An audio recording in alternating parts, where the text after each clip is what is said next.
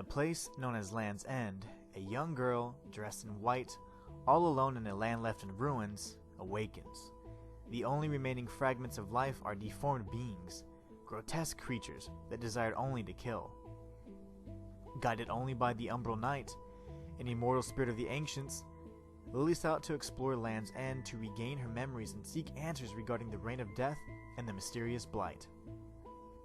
After much sorrow and sacrifice, Lily discovered she was the sole surviving member of a special order of priestesses tasked with the purification of the Blight. But there was more to her story than she could have ever imagined. At some undetermined point in time, after the Battle of the Twin Spires, the Priestess of the Fount had sought out the source of the Blight in the deepest and darkest depths of the verboten domain. Eventually, she made her way into the abyss and located the Blighted Heart. The Priestess, determined to end the ancient evil that plagued Land's End, attempted to purify the heart, but was consumed in the process. She would become the newly formed Blighted Lord and rain death upon those on the surface. The king, desperate for a solution, formed the King's Mage Brigade to find a cure at any cost. The mages, led by Phaedon, took drastic measures to develop a method to quell the Blight, including abducting prisoners from the stockades to experiment the effects of the Blight and its mutagenic properties. In the end, their attempts were futile. The Blight could only be dealt with by means of a ritual known as Purification.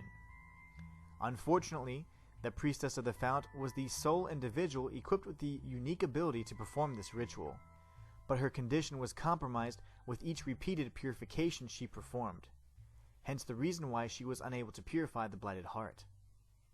Although she was able to retain her sanity despite her exposure to the Blight, her body's resistance to the ancient curse was weakening every moment.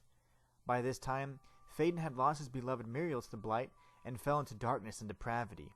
He eventually surmised that the only way to continuously purify the Blight was to clone the Priestess of the Fount. Each clone would be dispatched to a sector of Land's End and tasked with purifying the Blighted in their mother's stead. Unfortunately, this plan was a complete failure, and each of the clones met their demise. The twisted monstrosities roaming about proved far too deadly to the young girls, and eventually each one fell victim to the Blight. There was one young girl named Lily who was full of hope and joy and eagerly awaited the birth of her newest sister. Unfortunately, she too perished, and only her memories remained. It would seem that the last of the White Priestesses was only an imitation. She had assumed the memories of those she purified revealed her identity, but upon locating young Lily's corpse, she realized the terrible truth. She had no memories or no name of her own, and all of her sisters were simply clones of the true Priestess of the Fount. But this clone was different. She was more than just a copy. The Umbral Knight had finally found a priestess linked to a deathless pact that had bound his spirit to the priestess's bloodline ages ago.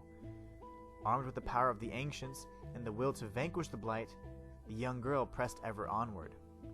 In the end, the altruistic young priestess would take on the name of Lily, so that she could carry with her not only the burden of restoring and healing Land's End, but purifying the Blight at its source and destroying the Blighted Lord once and for all, earning the name Ender Lily, as she would be putting an end to the Blight. Her purity and perseverance would prevail, and Lily would go on to live her life, with the Umbral Knight at her side for all eternity. Fortunately for Lily, her story is just the beginning. But what about those who paid the ultimate wage for their affliction? And what precisely is the Blight? Let's delve into the lore of each of these boss characters and learn even more about the tragedies that fell upon these poor souls. And maybe, just maybe, we'll find out the true nature of what the Blight is. And until next time, it's the Inhuman One signing out.